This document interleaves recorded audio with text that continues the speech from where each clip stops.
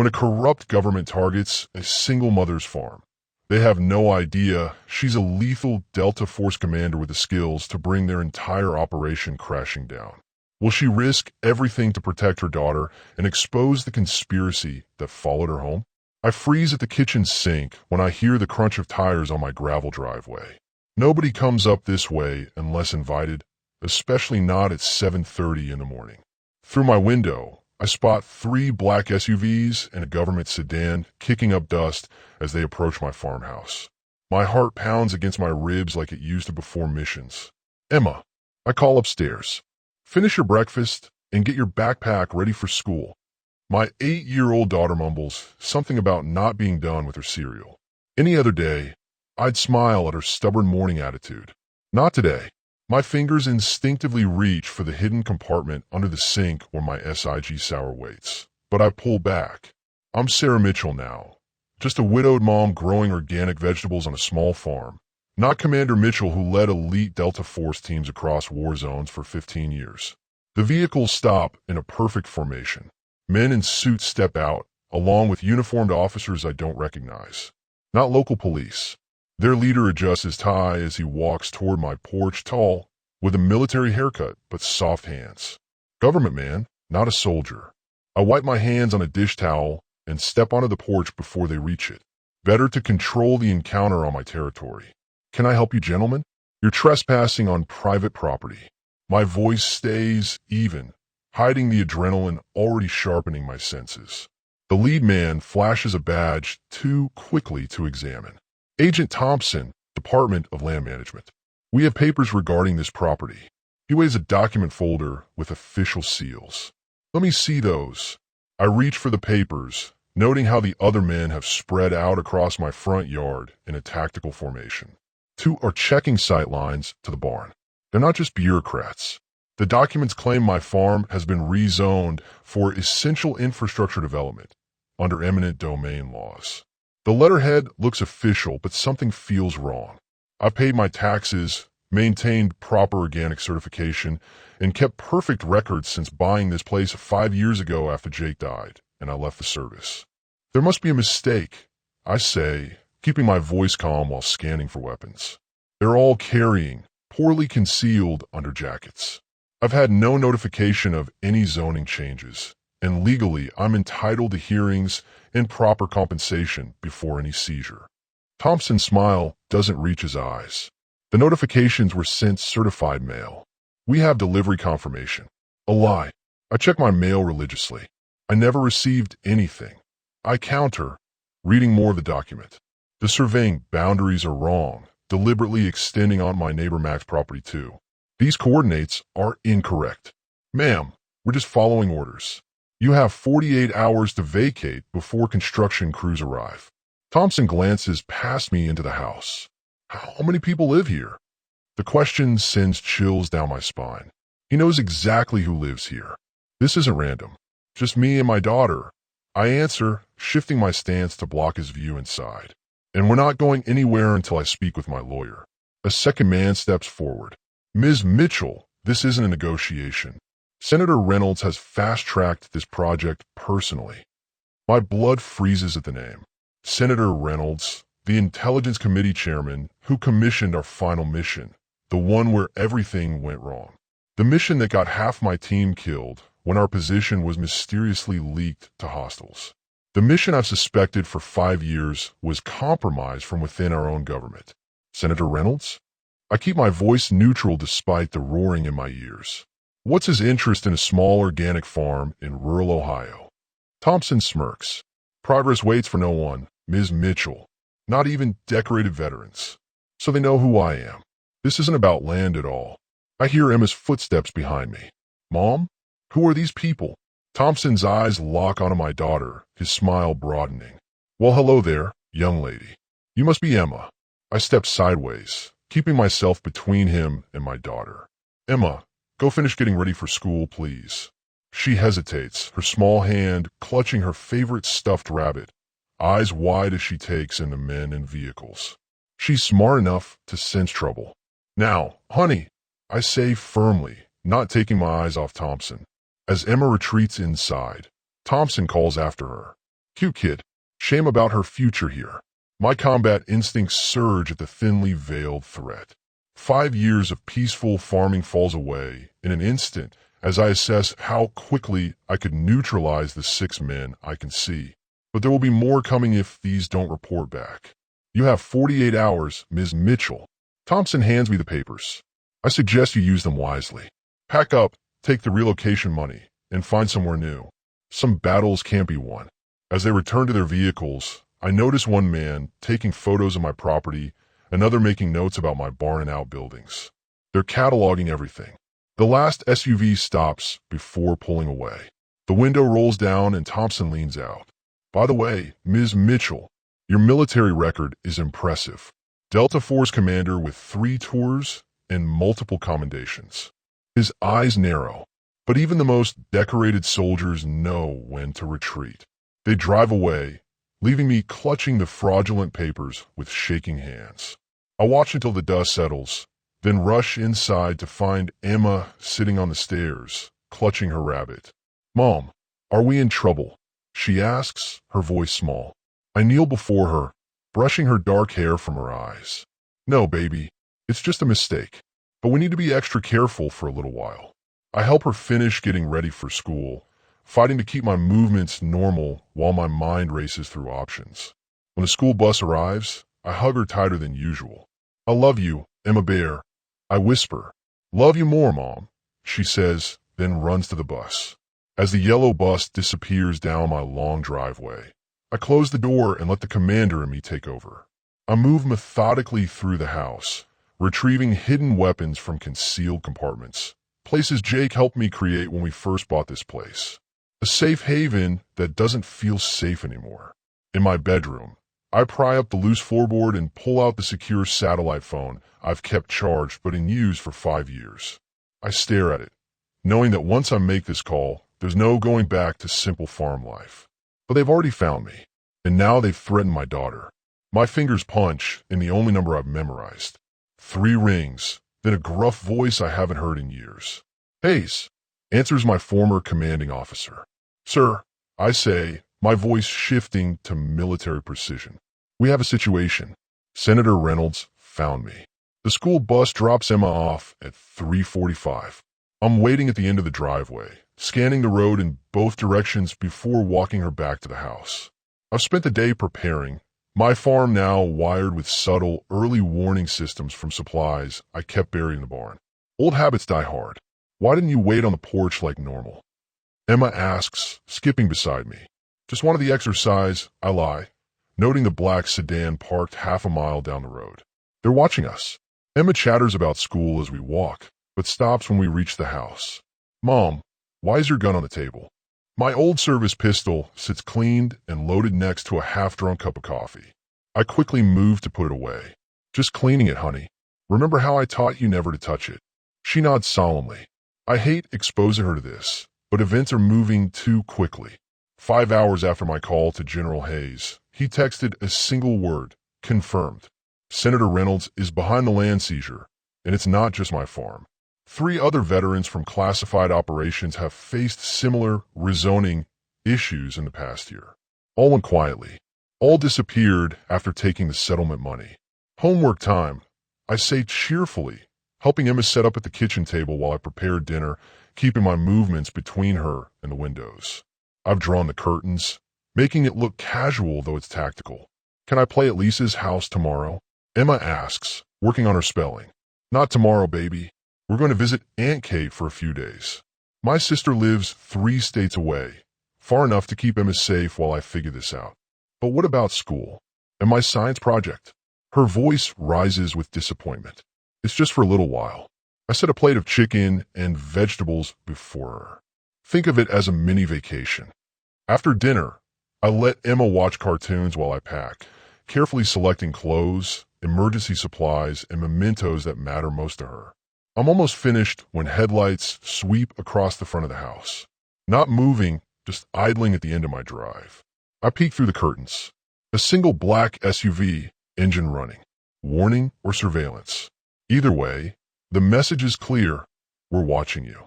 The vehicle finally pulls away after 20 minutes. I tuck Emma into bed, reading her favorite story about a brave princess who saves her kingdom. She falls asleep, clutching her rabbit, unaware of the storm brewing around us. Downstairs, I check every door and window lock, then pull out Hayes' file. The general sent a secure courier this afternoon with documents showing a pattern. Veterans with specialized skills being forced from their homes through falsified government actions.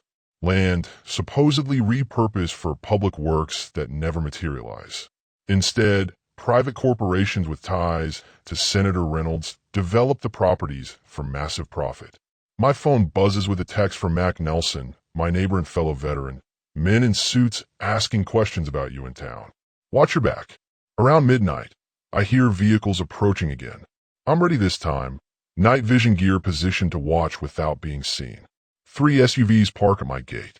Men in tactical gear spread out along my property line, setting up surveillance equipment.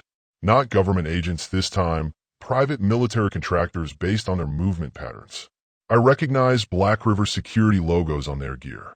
Black River, the private military company that mysteriously appeared at several of our mission locations years ago, always somehow ahead of official orders. The company rumored to have Senator Reynolds on its board of directors. At 2 a.m., my satellite phone vibrates. Hayes' voice is urgent. Mitchell, you need to move now. I've been compromised. They know I warned you. What about the evidence? I ask, already moving to wake Emma. Meet Rivera at the arranged location. She has the rest of the files. Hayes pauses. Sarah, they're not just after land.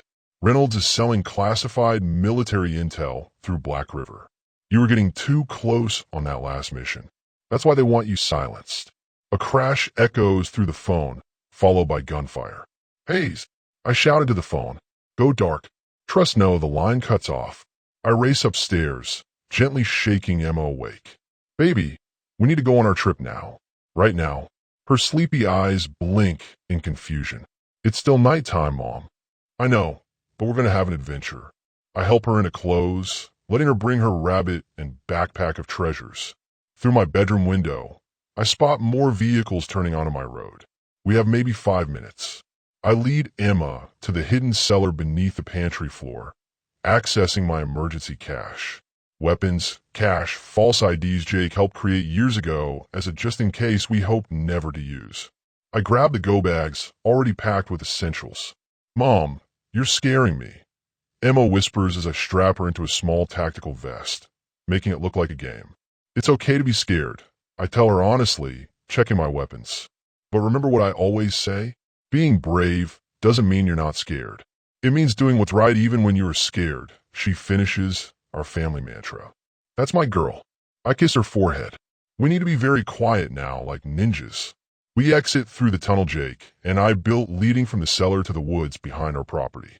The cool night air hits us as we emerge from the hidden door built into what looks like an old tree stump. In the distance, I hear men entering my home, voices shouting commands. Emma's eyes widen at the noise. Listen to me, I whisper, kneeling before her. Those men back there want to take our farm, but they don't know who they're dealing with, do they? She shakes her head, a flash of determination breaking through her fear. You were a soldier, the bravest one. That's right. And now I need you to be my brave partner. We're going to play a very serious game of hide and seek. We move silently through the woods as flashlight beams cut through the darkness behind us. I hear dogs barking in the distance. They brought trackers. At the edge of my property, an unmarked dirt road winds through the forest. The old truck I've kept hidden under canopy cover waits, fueled and ready. I lift Emma inside, secure her, and start the engine. What about our house? My room, Emma asks as we pull away. I glance in the rearview mirror at the flashlights converging on our home. We'll come back, I promise. As we reach the main road, an explosion lights up the night sky behind us. They've set fire to my barn, the flames silhouetting the trees. Mom, Emma cries, turning to look. I grip the steering wheel tighter. Eyes forward, baby. Don't look back. Where are we going? She asks, tears streaming down her face. I check the mirrors for pursuit as we turn onto the highway. To find someone who can help us fight back. Emma clutches her rabbit tighter. Are the bad men going to find us again? I reach over to squeeze her hand, weighing truth against comfort before answering. They might try, but this time I'm not running away. The motel sign flickers in the pre-dawn darkness, casting strange shadows across Emma's sleeping face. She's curled up on the bed farthest from the door, still clutching her rabbit. We've driven through the night, switching vehicles twice using contacts from my old network. People who owe me favors. People who don't ask questions. I stand at the window, peeling back the edge of the cheap curtain just enough to watch the empty parking lot. 3 hours until I meet Rivera, the CIA operative Hayes connected me with before he went silent. My burner phone shows no messages. No news is good news in this game. Mom, Emma's sleepy voice makes me turn. Are we still playing the hiding game? I sit beside her on the bed, smoothing her tangled hair. Yes, but you're doing great. How about some breakfast? While Emma eats cereal from the vending machine, I clean my weapon and check our supplies. The motel television drones quietly in the background until a familiar name catches my attention. Fire at the Mitchell farm remains under investigation, the local news reporter says. Officials claim the blaze may have been set deliberately by the homeowner, who fled the scene with her 8-year-old daughter. I turn up the volume as images of my burning home fill the screen. The barn is completely destroyed. The farmhouse roof has partially collapsed. Local authorities are working with federal agents to locate Sarah Mitchell, who is wanted for questioning regarding suspicious activities. Anyone with information is urged to contact. I snap off the television before Emma can process what she's seeing. They're painting me as a criminal, setting the stage to justify whatever they do to us when they find us. That was our house, Emma whispers, milk dripping from her spoon. All my stuff, things can be replaced, I tell her, kneeling to meet her eyes. You and me, we're what matters. She nods bravely, but her chin trembles. Did the bad men burn our house? I hesitate, weighing how much truth an 8-year-old can handle. Yes, but that means they don't know where we are. That's good for our hiding game. At 8:30, I bundle Emma into our latest vehicle, an old pickup borrowed from one of Jake's Marine buddies who asked no questions when I showed up at his garage at 3 a.m. We drive to a busy shopping mall 40 miles from the motel. I need you to be my lookout, I tell Emma as we walk through the crowded food court. If you see anyone from our farm, the men in the black cars, you squeeze my hand 3 times. Can you do that? She nods solemnly, her eyes scanning the crowds with surprising intensity. She's adapting to our situation with a resilience that makes my heart swell with pride and ache with regret. Rivera chose this location well. Busy enough to blend in, multiple exits, difficult to isolate targets. I spot her immediately, mid-40s, reading a newspaper at a corner table, casual clothes that could belong to any suburban mom. Only her perfectly alert posture gives her away to trained eyes. I guide Emma to the table, sitting so my back is to the wall with clear sight lines to all entrances. Sarah Mitchell? Rivera asks without looking up from her paper. That's what my license says. I respond with a coded answer. She folds her newspaper, finally making eye contact. He spoke highly of you. I'm sorry about what happened. My stomach tightens. He's gone. Rivera nods, almost imperceptibly. His house exploded last night. Gas leak, according to the official report. Emma is watching a nearby family eat ice cream, seemingly distracted, but I know she's listening. Children always absorb more than adults realize. Who's your friend? Rivera asks, smiling at Emma. My daughter. Where she goes, I go. Rivera's expression softens slightly. I have a safe house. We can talk there. I need to know you're legitimate first, I say quietly. Hayes could have been compromised before he contacted you. Smart. Rivera slides a phone across the table. Call this number. It's Hayes' private line. The voicemail will answer with today's authentication code. I dial with one hand, keeping the other on my concealed weapon. A gruff voicemail answers. You've reached the wrong number. Today's forecast calls for Scarlet Thunder. I exhale slowly, recognizing our old mission code. She checks out. I tell Emma, who has been watching the exchange carefully. As we stand to leave, Emma suddenly squeezes my hand 3 times. Hard. I scan the food court and spot them immediately. Two men in casual clothes moving with military precision, talking into earpieces. Black River contractors, not government agents. We've been made, I whisper to Rivera. Without missing a beat, Rivera drops her coffee, creating a loud commotion as the cup shatters. In a momentary distraction, we slip into the service corridor she's already scouted as an escape route. How do they find us?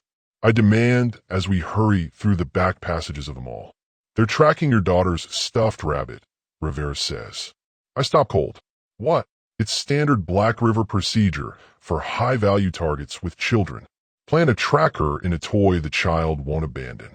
My mind flashes to Thompson's, eyes locking onto Emma's rabbit during our first encounter. They've been planning this from the beginning. I kneel before Emma.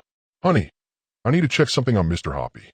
She reluctantly hands over the well-loved rabbit. I feel along the seams until I find it. A small hard lump inside the stuffing. I cut the stitching with my pocket knife and extract a tiny tracking device, no bigger than a button battery. I'm sorry, I tell Emma, returning the rabbit minus the tracker. The badman put something inside Mr. Hoppy to find us. Her eyes widen with understanding, then narrow with a flash of anger that reminds me startlingly of myself. They touched my stuff? Yes, and that was wrong of them. I drop the tracker and crush it under my boot. Rivera checks her watch. We need to move. My car's in the east lot. As we exit through a service door, gunshots ring out behind us. The Black River operatives have found our trail. Run, I shout, lifting Emma into my arms.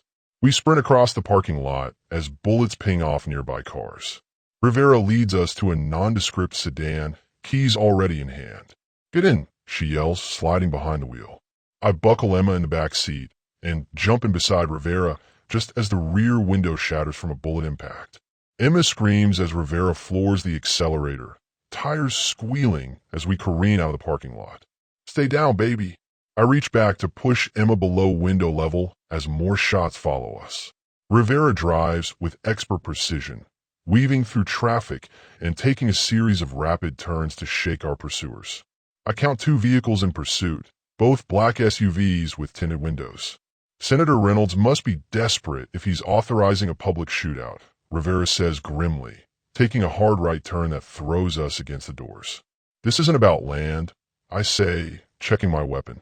What does Reynolds really want from me? Rivera's eyes meet mine briefly. Not what? Who? You want your daughter. My daughter. The words barely escape my lips before Rivera swerves violently to avoid another barrage of bullets from the pursuing SUV. Eyes on the road. I shout, twisting in my seat to return fire through a shattered rear window. My first shot takes out the lead vehicle's front tire, sending it spinning across the highway divider. The second SUV falls back, momentarily cautious. What does Reynolds want with Emma? I demand as Rivera navigates onto a rural access road, buying us precious moments. Not here, Rivera says with a pointed glance toward Emma, who's huddled on the floor of the back seat, hands over her ears, tears streaming silently down her face. I holster my weapon and climb into the back, pulling Emma onto my lap. It's okay, baby. I've got you. You shot that car, she whispers, her voice shaking. Like in a movie. Sometimes real life gets scary. I tell her honestly, but I will always protect you. Rivera drives for nearly an hour, using back roads and switching vehicles again at a prearranged location. An abandoned gas station where a weathered pickup truck awaits with new plates. As dusk falls, we arrive at what appears to be a hunting cabin deep in the woods. The rustic exterior hides a surprisingly modern interior with reinforced doors, encrypted communication equipment, and surveillance systems monitoring the surrounding forest. CIA safe house, Rivera explains, activating security protocols. Off the books. Only 3 people know it exists. And 2 of them are in this room, I guess, settling Emma on a worn but clean sofa with a rabbit and a granola bar from our supplies. Hayes was the 3rd. Rivera's expression darkens. We're on our own now. Once Emma is distracted with a puzzle book found in the cabin, Rivera leads me to a small office and closes the door. Talk, I demand. Why does Reynolds want my daughter? Rivera pulls out a secure laptop. What do you know about Project Genesis?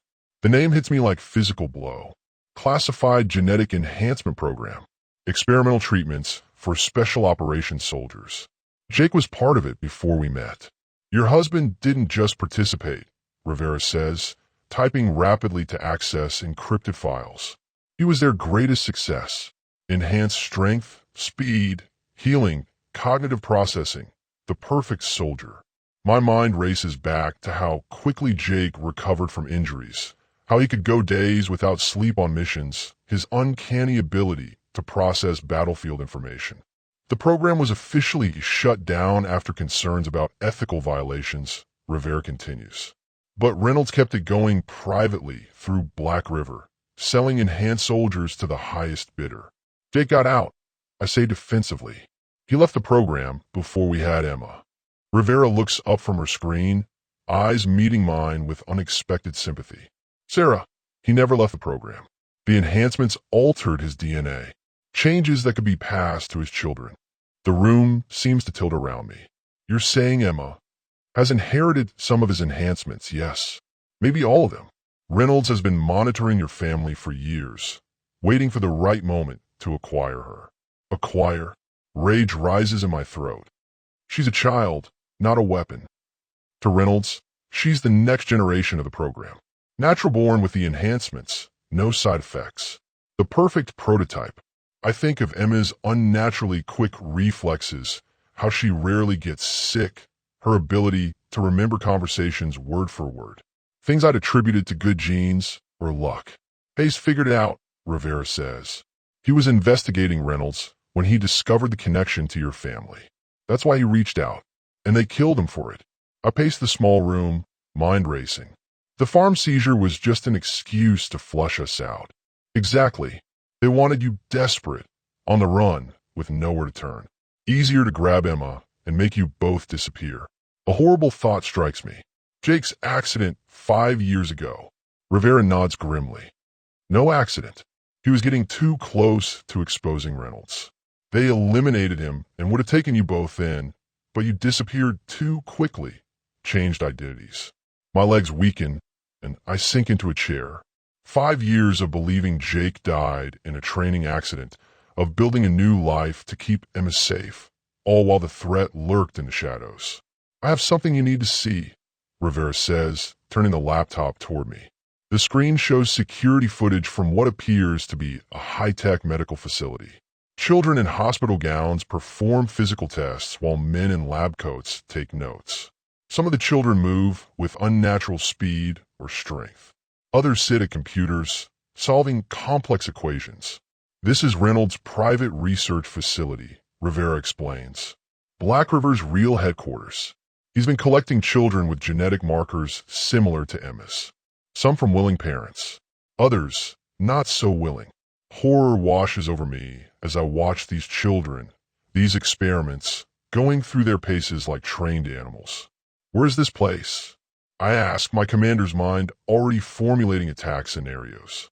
About 60 miles from here, heavily guarded. We need an army, or one very motivated mother. I stand, resolve hardening within me. I need everything you have on the facility. Layout, security, personnel. A crash from the main room interrupts us. We rush out to find Emma standing frozen beside an overturned lamp, staring out the window.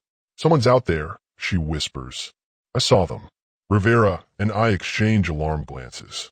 I draw my weapon while Rivera checks the security monitors. Nothing on the cameras, she says, frowning. Emma, are you sure? I begin, but the cabin's lights suddenly cut out, plunging us into darkness. Power's been cut, Rivera whispers, drawing her own weapon. They found us. Emergency lights flicker on, casting an eerie red glow throughout the cabin. Outside, I hear the faint crunch of footsteps on forest debris. Emma, come here, I order quietly, and she runs to my side. Remember our hiding game? Now we play for real. Rivera gestures toward a concealed panic room behind the bookshelf. Get her in there. I'll cover. The front window shatters as a smoke grenade bounces across the floor, quickly filling the room with thick, disorienting fog. Gas masks in the kitchen drawer. Rivera shouts, firing blindly toward the window. I grab Emma and rush toward the kitchen, keeping low beneath the smoke. As I reach for the drawer, the back door bursts open and tactical officers in full gear storm in. "Down! Everybody down!" they shout. I push Emma behind me, weapon raised, when a familiar voice calls out, "Hold your fire." That's Mitchell. Through the smoke steps a face I haven't seen in 5 years. Captain Marcus Reed, my former second-in-command. "Commander," he asks, lowering his weapon slightly. "Is it really you?" Before I can respond, Rivera emerges from the smoke, gun trained on Reed. "Sarah, don't trust him. He works for Black River now." Reed's men swivel their weapons toward Rivera. "She's the traitor, Commander. She's been feeding you false information. Reynolds sent us to extract you and Emma safely." Emma clings to my leg, terrified and confused as I stand in the middle with my weapon moving between Rivera and Reed, suddenly unsure who to trust. "Mom." Emma's voice trembles. "Who are the good guys?" My weapon shifts between Rivera and Reed as smoke swirls around us. "Trust no one. That was Hayes' final warning before he died." "Mom." Emma tugs at my shirt. "The bad men are getting closer." She's right. While we stand frozen in the standoff, more vehicles are arriving outside. "Sarah, we trained together for 8 years, Reed says, hands slightly raised. "Your call sign was Phantom 6. You saved my life in Kandahar when that building collapsed." "It's really me." "Don't listen," Rivera counters. "They've gotten to him." Black River turns operatives by threatening their families. Reed's jaw tightens. "That's Rich coming from a CIA double agent." "Check her phone, Commander. She's been reporting your location every step of the way." My mind races through options as Emma presses herself against my leg. I can't risk her in a firefight. "Everyone lower your weapons," I order with my commander voice. Emma needs to get out of here safely. That's the priority. "Agreed," Reed says, signaling his team to lower their guns. "We have a secure vehicle." "So do I," Rivera insists. "Don't trust him, Sarah." "I'll make my decision." "Reed, have your men escort Rivera outside. Disarm her, but don't harm her. We'll all leave together and sort this out somewhere safer." Reed hesitates, then nods. 2 of his men approach Rivera cautiously. "You're making a mistake," she warns as they take her weapon. "Maybe, I admit, but I'm choosing the option least likely to get my daughter killed in the next 5 minutes." As Rivera is escorted out, I kneel beside Emma. "We're going with this man. Used to work with Mommy a long time ago. Is he a good guy or a bad guy?" she asks, studying Reed with suspicious eyes. "We're going to find out," I tell her honestly. "But right now, he's helping us get away from the people shooting at us, and that's good enough." Reed leads us through the woods to a waiting tactical vehicle. 2 more Black River operatives stand guard, heavily armed. "Commander Mitchell," one nods respectfully. The recognition from Reed's team seems genuine, not the behavior of men sent to kill us. Rivera is secured in the back of the vehicle, hands zip-tied, but otherwise unharmed. I guide Emma into the middle row and sit beside her, keeping my weapon ready across my lap. "Head for Checkpoint Delta," Reed orders the driver, "and watch for tails." As we speed away from the cabin, I watch explosions of gunfire erupt where we just stood. Another team has arrived, definitely hostiles this time. "That's the actual Black River extraction team," Reed explains grimly. "The ones Reynolds sent." "You're saying you're not with Black River?" I ask, confused.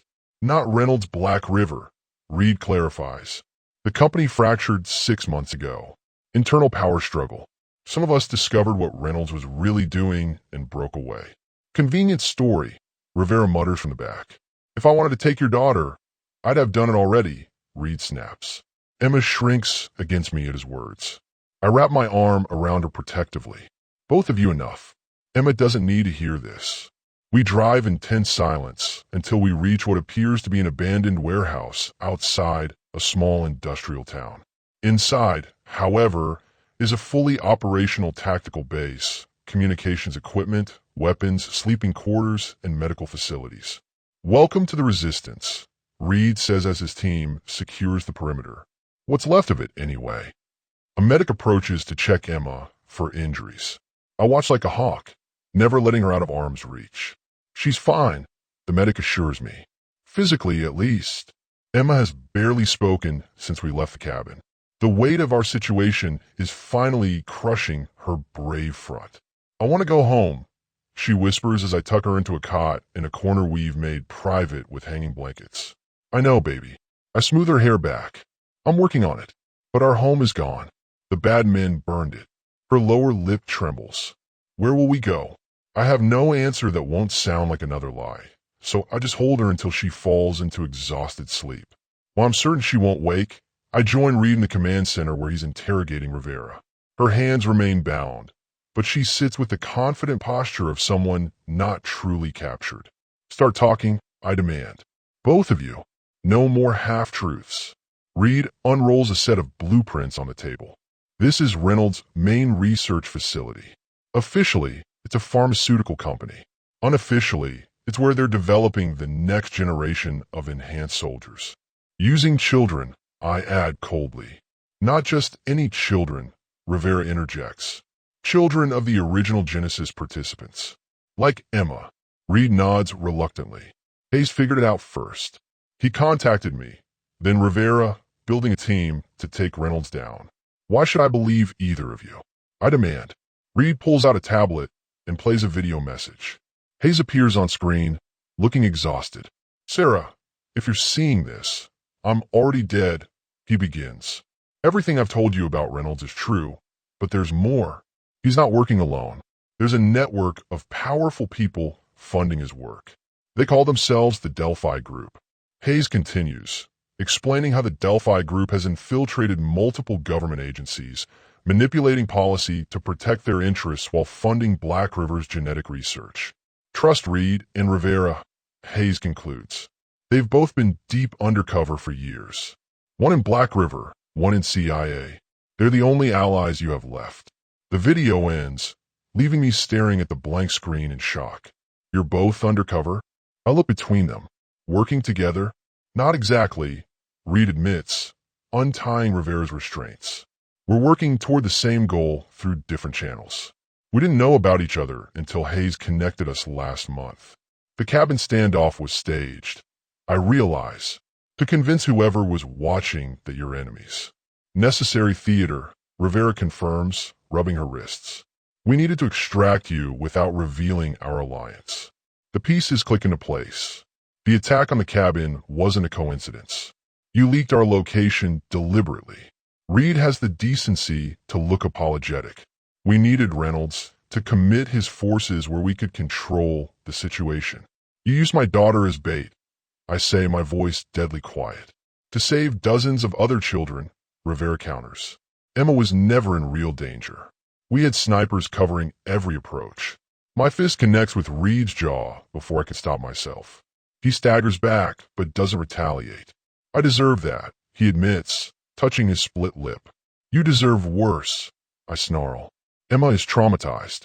Our home is destroyed. Hayes is dead. All for your grand plan.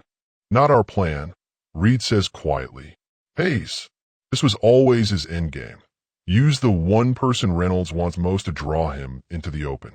My daughter is not a pawn, I say through clenched teeth. No, Rivera agrees. She's the queen, the most powerful piece on the board. Reynolds will risk everything to get her. And that makes him vulnerable, Reed adds. For the first time, we can hit him where it hurts. I stare at the facility blueprints, military training already identifying entry points and security weaknesses. How many children are in there? I ask finally. 17, Rivera answers. All under 12 years old. All showing signs of genetic enhancement. And the security? Extensive, Reed says. Private military contractors, former special forces. Some are our colleagues once. What's your plan? Reed and Rivera exchange glances. We have the element of surprise, Reed explains. They think we're still fighting each other, and they don't know about this base. But most importantly, Rivera adds, they don't know what you're really capable of, Sarah. I narrow my eyes. What does that mean? Rivera slides a file across the table. Inside are medical reports. My medical reports from my time in Delta Force. You were part of Genesis 2, she says softly. Phase 2. They didn't just enhance the men. The medical file trembles in my hands as 15 years of unexplained memories suddenly make sense. The special vitamins during training, the classified medical procedures disguised as routine checkups, my impossible recovery after taking 3 bullets in Fallujah. That's not possible. I whisper, but deep down, I've always known something wasn't normal about my physical abilities. I never consented to genetic modification. None of you did, Rivera says gently. They disguised it as standard military medical treatment. Only the highest levels knew the truth. Jake knew. Reed adds. He figured it out near the end. That's why he wanted you both to disappear after Emma was born. I think of my daughter sleeping nearby, carrying genetic modifications from both parents. No wonder Reynolds wants her. Does Emma show signs? I ask, dreading the answer. Her school records indicate exceptional athletic ability and cognitive processing, Rivera confirms. Nothing that would raise alarms, just a very gifted child. I close the file, my decision made. I'm getting those children out. All of them. That's suicide, Reed protests. Even with your enhancements, the security is too heavy. I didn't say I was going alone. I point to the blueprint. You have resources. Rivera has intelligence. I have tactical experience. Together, we can do this. And Emma? Rivera asks softly. The question hits me like physical pain. Emma can't come on a raid, but I can't leave her behind either. There's no safe place, not anymore. I need to make a call. I say finally. 20 minutes later, I sit beside Emma's cot, gently waking her. Baby, there's someone here to see you. She rubs her eyes and sits up, then freezes in disbelief. Aunt Kate, my sister, rushes forward, gathering Emma in her arms. Hey, Pumpkin. I watch them embrace, gratitude and guilt warring inside me. Kate came immediately when I called, driving through the night to reach us. You'll go with Aunt Kate for a few days, I explain to Emma. She'll keep you safe while I finish dealing with the bad men. Emma's face falls. You promised we'd stay together. I know, and I hate breaking that promise. I sit beside her, taking her small hands in mine. But this is the only way to make sure the bad men never bother us again. Are you going to hurt them? She asks with eerie perception. I choose my words carefully. I'm going to stop them from hurting other children. Children like you. She studies my face with those intelligent eyes that see too much. There are other kids the bad men want. Yes, and I'm the only one who can help them. Emma is quiet for a long moment, then reaches for Mr. Hoppy, her stuffed rabbit. Take him with you, she says, pressing him into my hands. He's brave, and he'll keep you safe. My heart breaks at her gesture. I can't take your rabbit, baby. He's not just a rabbit, she insists. Dad gave him to me. He said Mr. Hoppy has special powers. I blink back tears, accepting the worn toy. Then I'll definitely bring him back to you. Along with me. Kate approaches as I finish briefing her on contingency plans, emergency contacts, and getaway routes. Is any of this legal? She whispers, glancing around at the military operation surrounding us. No, I admit, but it's right. Just like old times, she sighs. You always did color outside the lines, Sarah. This time it's different, I tell her. This time, I'm fighting for all the children they've turned into weapons. Kate hugs me tightly. Just come back. Emma needs her mother more than the world needs another hero. 2 hours later, Kate and Emma are gone, spirited away to a safe house only I know about. I turn my full attention to the mission ahead. Satellite imagery shows increased activity at the facility, Rivera reports. Reynolds knows we're coming. Good. I say, checking my weapons. Let him prepare for a frontal assault. That's not how we're getting in. Reed raises an eyebrow. You have another plan? I point to a maintenance tunnel on the blueprint. Underground, just like we did in Tehran. That entrance will be guarded, Reed warns. By 2 men, standard rotation, I counter. I can handle 2 guards. And once we're inside, Rivera asks. I trace a path through the sublevels. We split up. Reed, you lead the team to secure the children. Rivera, you find and copy their research data. I'll locate Reynolds. Alone. Reed looks concerned. His personal security is elite. I'm not planning to fight them. I check the specialized equipment Rivera's team has provided. I'm going to make Reynolds an offer he can't refuse. The plan comes together over the next hours. Entry points, timing, extraction routes. Reed's rebel Black River faction provides the manpower, 12 operators with special forces backgrounds. Rivera contributes the intelligence, guard rotations, security protocols, personnel files. At midnight, we conduct final gear checks. Body armor beneath civilian clothes, weapons with suppressors, communication devices secure from electronic surveillance. One more thing, Rivera says, handing me a small injector. Adrenaline boost developed from the Genesis program. It'll enhance your natural abilities for about 30 minutes. I stare at the device. Side effects. Crash afterward. Hard, but it might save your life if you're cornered. I pocket the injector, hoping I won't need it. Vehicle's ready, Reed announces. We move in 20. As the team makes final preparations, I step away to a quiet corner, Emma's stuffed rabbit in my hands. Something about Jake's words to Emma bothers me. Special powers. Jake never spoke like that, never encouraged magical thinking. On impulse, I examined the rabbit more closely. The tracking device Rivera mentioned was removed, but something about the stitching along the back seems odd. I gently pull at a hidden seam, and the stuffing parts to reveal a slim metal container. Inside is a USB drive and a handwritten note in Jake's handwriting. My hands shake as I read. Aster Sarah, if you're reading this, then what I feared has happened. Reynolds found you. This drive contains everything. The Genesis files, the Delphi group members, evidence of their crimes. I couldn't risk coming forward while alive. They would have killed you both immediately. Keep Emma safe. The enhancements we carry are nothing compared to what she may develop. I'm sorry for the secrets.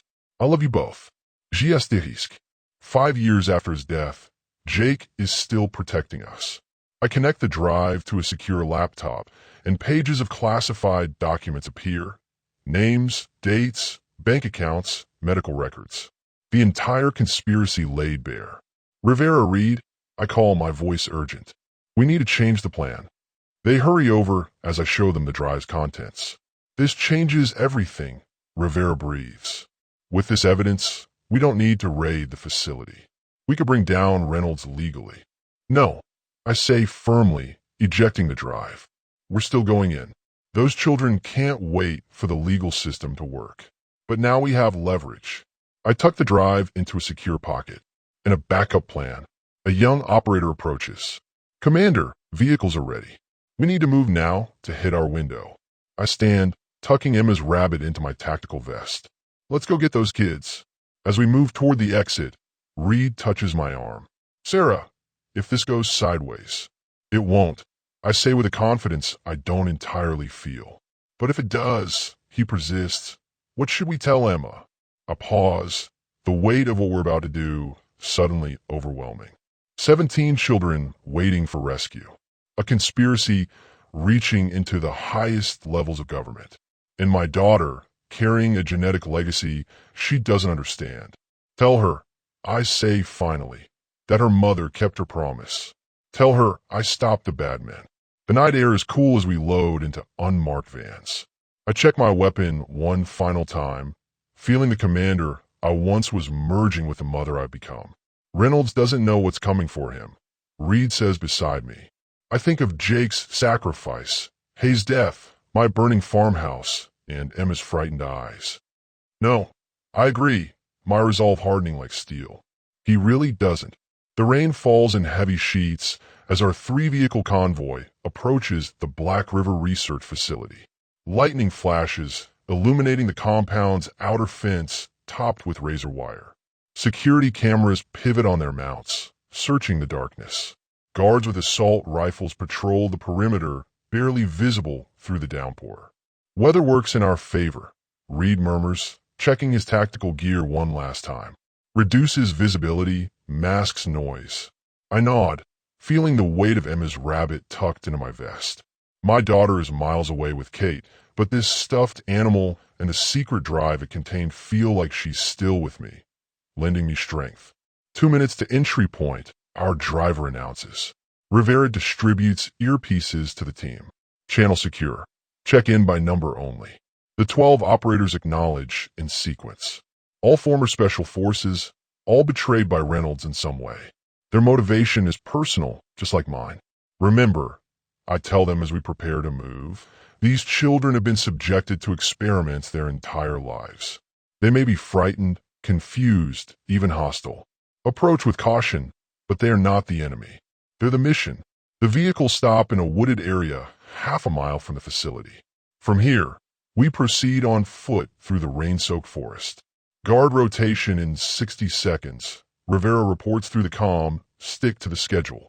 We move silently through the trees, using the storm for cover. I take point, leading 2 operators toward the maintenance tunnel, while Reed and Rivera split off with their teams to create diversions at opposite ends of the compound. The tunnel entrance is disguised as a drainage culvert, partially hidden by overgrown vegetation. As predicted, 2 guards stand watch, miserable in the downpour, more concerned with staying dry than maintaining vigilance. I signal my team to hold position, then advance alone, using the darkness and rain as cover. The first guard doesn't see me until I'm already behind him. One precise strike to the pressure point at the base of his skull, and he collapses silently. The second guard turns at the slight noise, but too late. My hand clamps over his mouth as I apply pressure to his carotid artery. Seconds later, he joins his companion in unconsciousness. Clear, I whisper into my comm. My team advances. We zip tie and gag the guards, then drag them into the culvert. One operator works on the electronic lock while the other stands watch. Diversion teams in position. Reed's voice crackles through the earpiece. Ready on your mark, Rivera confirms. The lock clicks open, revealing a narrow concrete tunnel lit by dim emergency lights. Mark, I command. Immediately, explosions rock the far side of the compound. Alarms blare as security forces rush to respond to what they believe is the main attack. We're in, I report, leading my team into the tunnel. Proceed to Phase 2. The maintenance shaft connects to the facility's sublevels, giving us access to the entire building through service corridors and ventilation ducts. According to the blueprints, the children are kept on the 3rd sublevel in what's labeled as developmental research. We encounter 2 technicians in the first junction room. They reach for alarm buttons, but fall to silent tranquilizer darts before their fingers find the switches. Control room ahead, my point man whispers. Through the narrow window in the door, I can see 3 security officers monitoring camera feeds, their attention focused on the diversionary attack outside.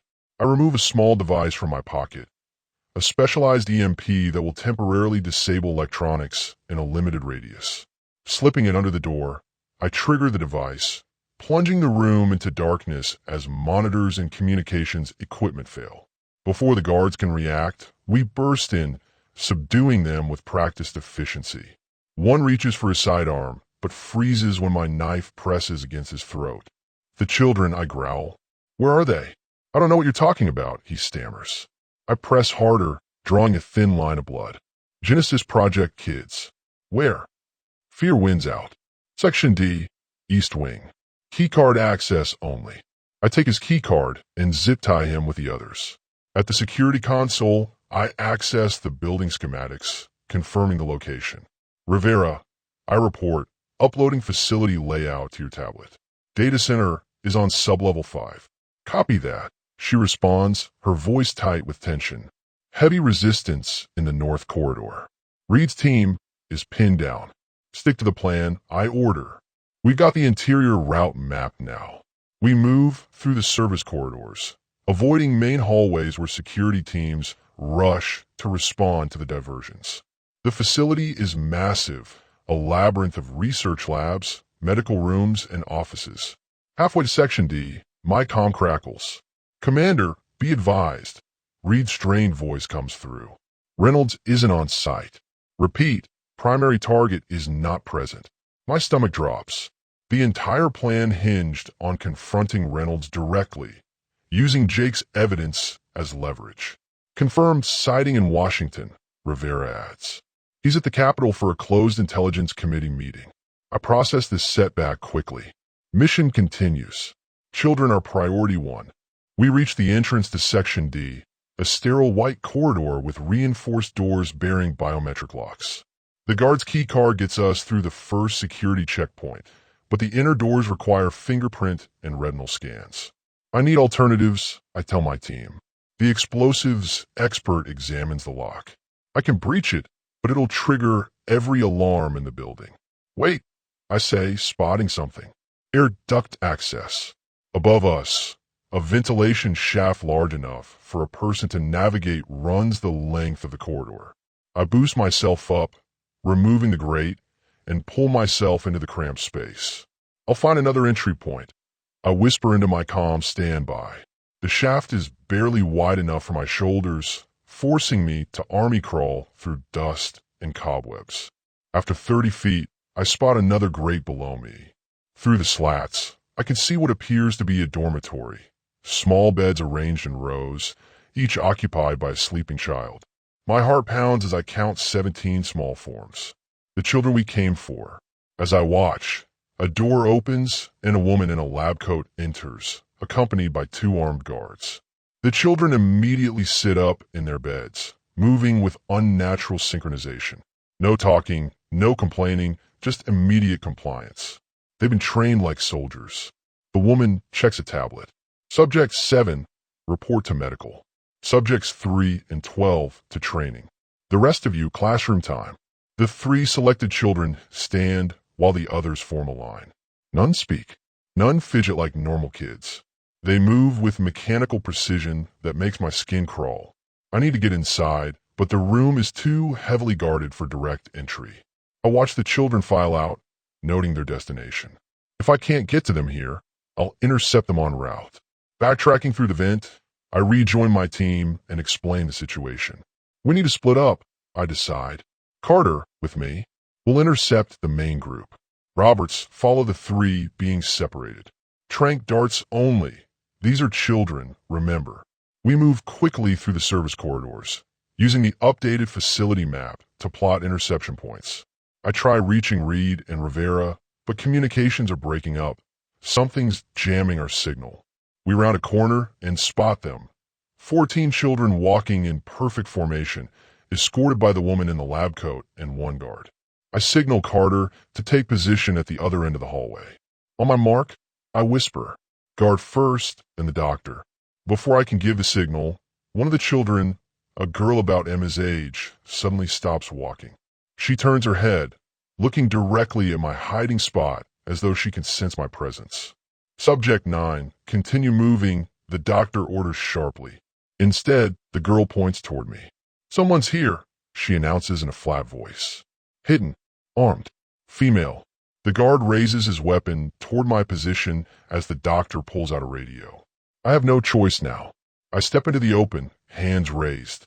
Don't shoot, I say calmly. You'll hit the children. The guard hesitates, giving Carter the opening he needs. A tranquilizer dart hits the man's neck, and he crumples to the floor. The doctor backs away, pulling a small girl in front of her as a shield. Stay back, she shouts, pressing a panic button on her bracelet. Alarms immediately blare throughout the facility. Let her go, I demand, weapon trained on the doctor. The children stand perfectly still, watching with eerie detachment.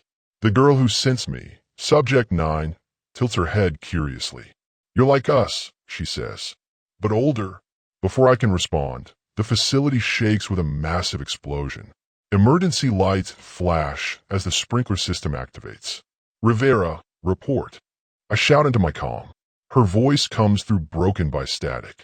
Data, downloaded, but security, compromised. Self-destruct, initiated. My blood runs cold. The facility is going to blow, with 17 children still inside. Everybody move. I shout as another explosion rocks the building. Ceiling tiles crash down, and emergency sirens wail through the corridors. Carter, secure the doctor.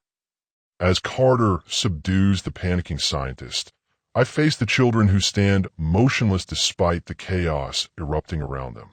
We need to leave this building right now. I tell them firmly but gently. It's not safe here. They stare at me blankly, unresponsive to the obvious danger. The girl who sensed me, Subject 9, speaks again. We must wait for authorized personnel to issue evacuation orders. I'm authorized personnel, I say, removing Emma's stuffed rabbit from my vest. Something tells me these children need a symbol more than a military command. This is Mr. Hoppy. He says it's time to go. To my surprise, recognition flickers in several children's eyes. The smallest girl whispers, like Mr. Whiskers in our story. They've been told stories about stuffed animals, a small piece of childhood allowed in their controlled environment. I seize the opportunity. That's right. Mr. Hoppy is friends with Mr. Whiskers. They both want you safe. I hold out my hand. Who's coming with us? Subject 9 steps forward first, taking my hand. The others slowly follow. Commander, Robert's voice crackles through my comm. I have the 3 separated children. Meeting you at extraction point B. Change of plans. I respond as the building shutters again. Primary routes compromised. Head for the maintenance tunnel immediately. I lead our strange procession through the crumbling facility, Carter bringing up the rear with the subdued doctor. The children follow with perfect discipline, stepping over debris without hesitation or complaint. Where's Reed? I demand into my comm. East wing collapsed. Rivera's voice answers, heavy with exhaustion. He got his team out, but went back for stragglers. Another explosion, closer this time. The floor beneath us cracks ominously. This way, I direct, guiding the children down a side corridor as the ceiling collapses behind us. The facility is disintegrating faster than anticipated. Someone wants to destroy all evidence, regardless of the lives inside. We reach a junction where Rivera waits with 2 injured team members. Data secured. She reports, holding up a hard drive. Complete Genesis files, plus operations ledgers connecting Reynolds to everything. The others? I ask, already fearing the answer. 3 dead. Formated out with the first group of security personnel during the confusion. A child tugs at my sleeve, subject 9. The man who makes the rules is watching, she says, pointing to a security camera still functioning in the corner. Reynolds, I realize. The senator isn't here physically, but he's monitoring the situation remotely. I face the camera directly. This ends now, Senator. We have all 17 children in your complete files. Stand down your self-destruct sequence. The facility rumbles in response, more violent than before. Reynolds is accelerating the destruction. New plan, I announce, scooping up the smallest child as concrete dust rains down. Everyone move. We race through the disintegrating corridors, the children keeping pace with uncanny endurance. One boy, no more than 10, lifts a fallen beam blocking our path with strength impossible for his size. Their enhancements are real and remarkable. At a collapsed section, we're forced to detour through the laboratory areas. The rooms contain medical equipment, testing apparatus, and disturbing restraint devices sized for children. Subject 9 slows, staring at a particular examination table with visible fear, her first real emotional response. Keep moving, I urge gently. You never have to see this place again. We're nearly to the maintenance tunnel when Reed appears from a side passage, carrying an unconscious guard over his shoulder. Found him trying to get out, Reed explains grimly. Black River's second in command. He knows everything. The building gives a final, shuddering groan. Talk later, I order. Move now. We push through to the tunnel entrance just as the main structure begins to collapse behind us. The narrow passage provides temporary shelter as we hurry the children toward the exit, the sound of destruction echoing behind us. Outside, rain still pours as dawn breaks on the horizon. The children blink in confusion at the natural light, some squinting in pain, suggesting they rarely venture outdoors. Vehicles 3 minutes out, an operator reports. I kneel before subject 9 as we wait. What's your real name? Not your subject number. She stares at me blankly. Subject 9 is my designation. You had a name before, I insist gently. Before they brought you here. She closes her eyes, concentrating hard. Lily, she whispers finally. I think my name was Lily. The other children watch this exchange with awakening curiosity. One by one, they begin to remember David, Michael, Sophie, Anna, names instead of numbers. As our extraction vehicles arrive, Rivera approaches with her satellite phone. We need to move quickly. Reynolds will have damage control teams en route. What about your evidence? I ask. The hard drive and Jake's files? Already uploaded to secure servers and major news outlets, she confirms. Reynolds was on camera at the Capitol when the story broke. FBI has him in custody now. The entire Delphi group is scrambling. Relief floods through me, but it's not over yet. The Black River commander regains consciousness, struggling against his restraints. You think this changes anything? He spits. There are other facilities, other children. Reed shoves him roughly into a separate vehicle. And now we know where to look. As we load the rescued children into transports, Subject 9, Lily, tugs at my hand. Are we going to a new facility? She asks, her voice small but hopeful. I shake my head firmly. No more facilities. We're finding your families. What if we don't have families? A boy asks. Then we'll make new ones. I promise. Thinking of Emma. People who will love you for who you are, not what you can do. 3 days later, I stand on my sister's porch, heart pounding as the front door opens. Emma appears, freezing in disbelief before launching herself into my arms with a cry that holds all the emotion of our time apart. Perfect trust. Like a superhero, I think of the enhancements flowing through my veins, the secrets Jake died protecting, the children with remarkable abilities who deserve normal lives. No, baby, I say softly. Just a mom who remembers how to be a soldier when she needs to be. Below us, Reed calls my name. There's work to be done, children to save, corrupt officials to bring to justice. But for this moment, in a treehouse with my daughter and a child I've helped free, I am exactly where I need to be, straddling two worlds and finally at peace with both.